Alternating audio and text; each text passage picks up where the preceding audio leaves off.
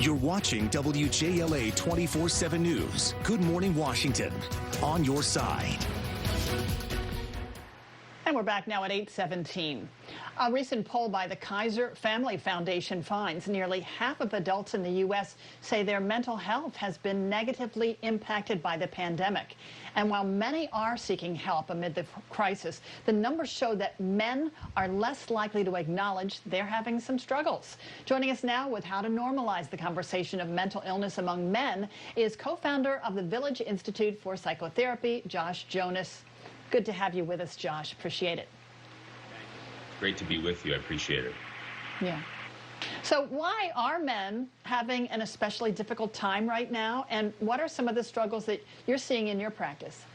It's a great question because, we're all struggling right now. And I think during this time, though we're all struggling, the men that I've been working with and also the women that I work with who speak about the men in their lives, so many of them have been talking about specific ways in which men are struggling. And so I think highlighting those ways can be so important because it can bring a sense of community to men, knowing they're not the only ones that are struggling. And also it can highlight the ways in which men struggle, which have been ignored for so long. And so often men are the ones that do the ignoring. So would you say that it's much different for men than it is for women? I would say the kind of ways in which men struggle can be different, and I can give you a couple of them. So, for example, there was a legendary boxing trainer whose name was Customato, and Customato said the hero and the coward feel the same thing. The thing is, so many men don't know this, and so for so many men, just the experience of difficult feelings, whether it's depression, anxiety, sadness, despair, whatever it is, for so many men, just the experience of painful feelings to them means that they're doing it wrong. And once they believe they're doing it wrong, that's when shame can set in. And once they begin to feel shame, they'll tend to isolate, try to go at things alone and fix it on their own, which doesn't work. When you try to fix things on your own by yourself, it doesn't make problems go away. It actually makes them grow bigger.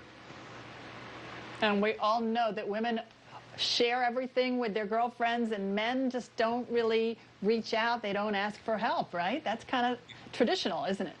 It is, and I mean, we could get into the whole nature-nurture thing about it, but I think that that by and large, just so many men have a tough time engaging in the struggles that they're having, and it becomes a very, like I said, shameful thing for them. And when they do, they tend to isolate, want to be alone, and it doesn't work. There's just such a better way, and that's where the men's work that I do comes in.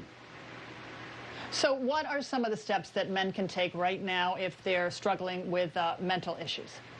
It's a great question. So the first thing that men can do is just the acknowledgement of the struggle. So many men want to pop up in their head and have a debate with themselves as to whether or not they're actually having a hard time. So just the acknowledgement that there's a struggle can be so helpful. The next thing that men can do is have compassion for that part of them that struggles. So many men will tend to rage at themselves for the difficult feelings that they're having.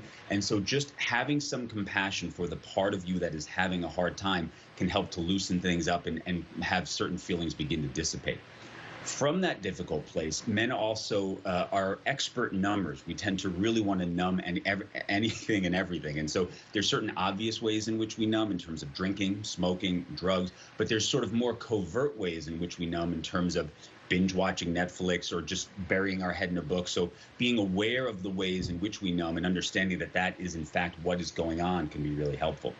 Another thing that men can do that can be very helpful is finding something to do consistently every day. And I would recommend that consistent thing be with your body, because ultimately it's the body that feels. And so whether it's going on a walk, exercising, meditation, finding something to do consistently every day can help build a sense of purpose and also give you some confidence that you are in fact getting these things done every day.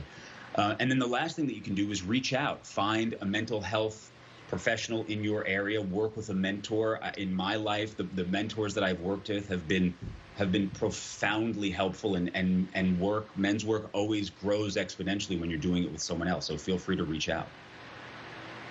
And where can we learn some more information or seek help if we need it?